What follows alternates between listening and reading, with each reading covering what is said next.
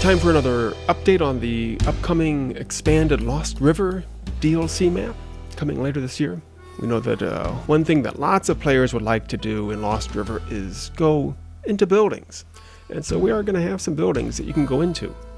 And so that's taken some work, but the real problem with that is that you probably want your mate and maybe your pups to go into those buildings as well. And that requires an extra effort. So here we are looking at a little section of downtown in front of the Lost Cup coffee shop. Stop in here and have a brew. Well, not anymore because no baristas on duty. So what this involves is a new feature in the navigation system. So here we have a look at the navigation system where the green lines are waypoints, and basically those are sort of guidelines to tell NPCs where they can go. And the red lines are, we call it contours, and those mark where the terrain is too steep and isn't navigable. And now that includes buildings as well, which are very steep.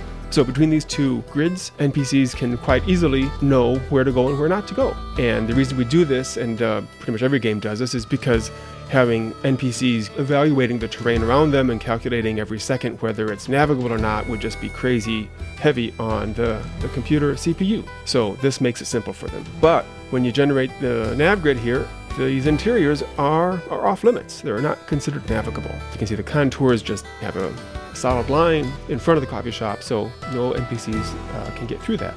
One reason for that is just because these doors are a meter wide maybe, and that's actually smaller than the resolution of the navgrid, which we designed for vast outdoor spaces. So to do this, I had to tear Tommi away from the work he's been doing on the AI. I know that some people have been wondering what's going on with the Saga. When are we going to get updates in the Saga? When is the Saga coming out?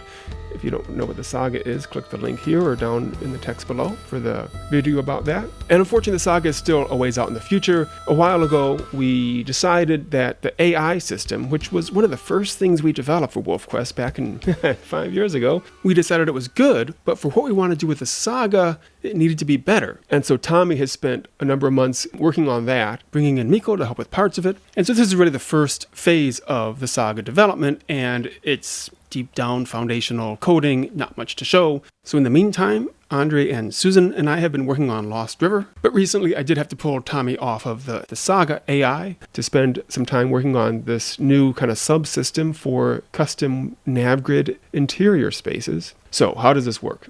So we want to switch to this isometric view. Straight down view, isometric meaning we don't have any perspective depth, because then we can really have an accurate sort of planar view of the thing.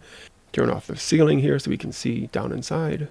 And these red dots, I've already set these up. These are the contours. Basically, they're the borders of the navigable space. There's a little entrance section there, and then it opens up as you get inside. And then I have to set up the waypoints here, which are, again, it's not, the NPCs aren't locked to that, but that's just basically a guideline for them as they're looking for where to go. They can move anywhere within the contours here, but they use these waypoints as a guide. So placing the waypoints here, we're just going to make a basic path through the front door and into the back of the coffee shop. And we want these to connect with the waypoints outside the coffee shop, so I'll make two, and then I connect them so they actually form these guide paths. Okay, there we go. That should be sufficient. And now I just click a button to apply this and merge the custom navgrid with the main navgrid. Here we go. Huh. That should have worked. All right. Any errors? No errors. Okay, click apply. It's not my fault. Pausing the video. Let me investigate this. And we're back. Okay, figured out what I was doing wrong. There should have been white lines connecting those contour dots, and there weren't because there was some weird glitch in it and they thought the lines were crossing. They weren't, but I cleaned that up. Now, let's click the button. Boom, there we go. You can see it carves out these contour lines inside the coffee shop. And now, let's try it out. And here we go. And you can socialize with your mate and hang out in here, and you can sleep. But rival wolves can also come in here as well. So these are not like safe off-limit zones to rival wolves. It's a nice place to hang out, but you are still vulnerable. Keep that in mind. So there will be about a dozen buildings with interiors that you can explore.